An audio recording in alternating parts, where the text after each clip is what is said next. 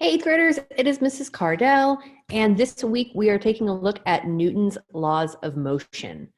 So make sure you've got your notes, either guided notes out, or you've got a blank sheet of paper because you're taking your own notes. And I'll have this up in just a second. Okay, so Newton's laws of motion. So what are the laws that govern motion in the universe?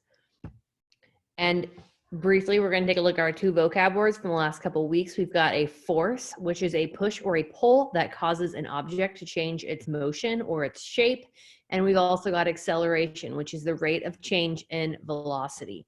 Velocity, remember, is going to be speed with a direction. So you can change acceleration by changing speed. You can also change acceleration just by changing the direction that something is going in. Okay. So we're going to take a look real quick at who is this Isaac Newton guy who we're looking at his laws. So Isaac Newton lived from 1642 to 1726. He was a really important scientist. And his ideas about motion and gravity are going to be the basis of modern physics. He also came up with a whole lot of ideas in math. So as you start looking at more math in like 11th and 12th grade, you're going to start doing some math ideas that he came up with. So you can blame him for that too. So Newton's three laws of motion are still being widely used to this day to describe the way that objects move in everyday life and the ways the planets and moons move in the universe. It's going to come up a lot more in high school. So his first law of motion is this idea that an object at rest stays at rest, or an object in motion stays in motion in the same direction and at the same speed unless acted upon by an outside force. So its acceleration is not going to change unless a force is applied. So objects in the universe are lazy. If they're just sitting there, they want to keep sitting there. And if they're moving, they want to keep moving in that same direction at that same speed. So if I set down a can of soda on my desk and I don't apply a force to it, it's just going to sit there. It's not going to move. Its velocity is zero, just sitting there, and it's going to stay at zero. It's not going to start accelerating unless I apply a force to it. Also, if you've got something like a baseball moving, that baseball is going to keep moving through the air unless a force is applied to it, which it is. It's got gravity and some air resistance. There are some forces being applied to it. But if there weren't, it would continue flying through the air forever. This idea is also known as the property of inertia. So you might hear this being referred to as the law of inertia.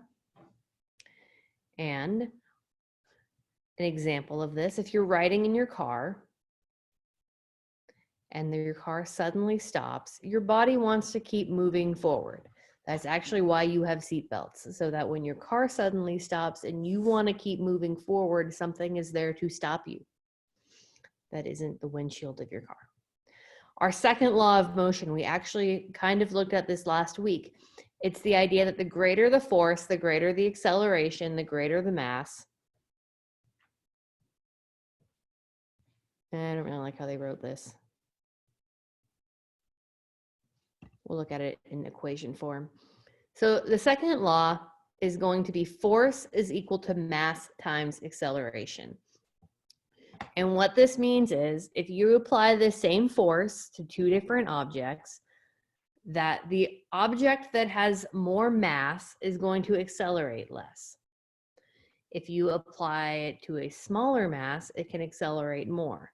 So if I push a bowling ball and a ping pong ball with the same amount of force, that ping pong ball is going to accelerate a lot more than the bowling ball because the bowling ball has a lot less mass. Or I'm sorry, the bowling ball has a lot more mass. Sorry. But force is going to be equal to the mass times the acceleration of the object. Another example here, the harder the player hits the ball, the faster the ball goes.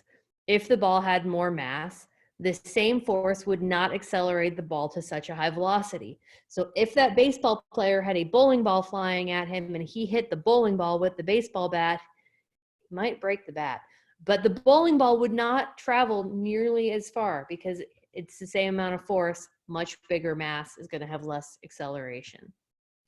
The third law of motion is that for every action force, there is an equal and opposite reaction force, and that forces always come in a pair. For example, a rocket propels burning fuel downward at a high velocity. That action force has an equal and opposite reaction force of the ground pushing back up on the rocket, moving the rocket upward. Sometimes if you're sitting on planet Earth, which is where you're hanging out, it is difficult to tell how objects are reacting with each other because the Earth has such a big mass that even if you push on the Earth, you are not going to sense it accelerating at all because its mass is so big. So when we look at that idea of force equals mass times acceleration, if you've got an enormous number for the mass, you're going to have like a microscopically tiny number for the acceleration. So you might notice a force coming from the Earth holding you up, but you're not going to notice the Earth moving. So sometimes these action-reaction pairs can get tough if one of them involves the Earth, which they frequently do. Here's a lovely example here. When you walk, you apply a force backwards. The Earth applies a reaction force, pushing your foot forward, but the mass of the Earth is so large, it does not move in response. It's just so big that it's not going to accelerate. Okay, there are some lovely sum it up questions at the end of the guided notes. Go ahead and pause the video right here so you can practice those sum it up questions before I give you the answers. Pause me. You have a pause button on the YouTube. Okay. So we're going through the key here in case you missed one of the blanks in the video.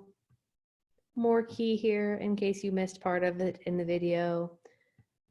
And our lovely sum it up questions at the top. You guys were just matching each phrase with the associated law of motion, first, second, or third on that line. And per part 2, you are just doing the same thing for different scenarios that have some pictures next to them. Is it the first law, the second law, or the third law? Once you are done with this video and these notes, make sure you keep an eye on your notes so you can use them for your practice assignment on Tuesday.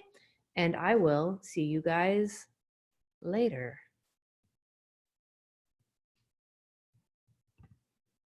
Bye, guys.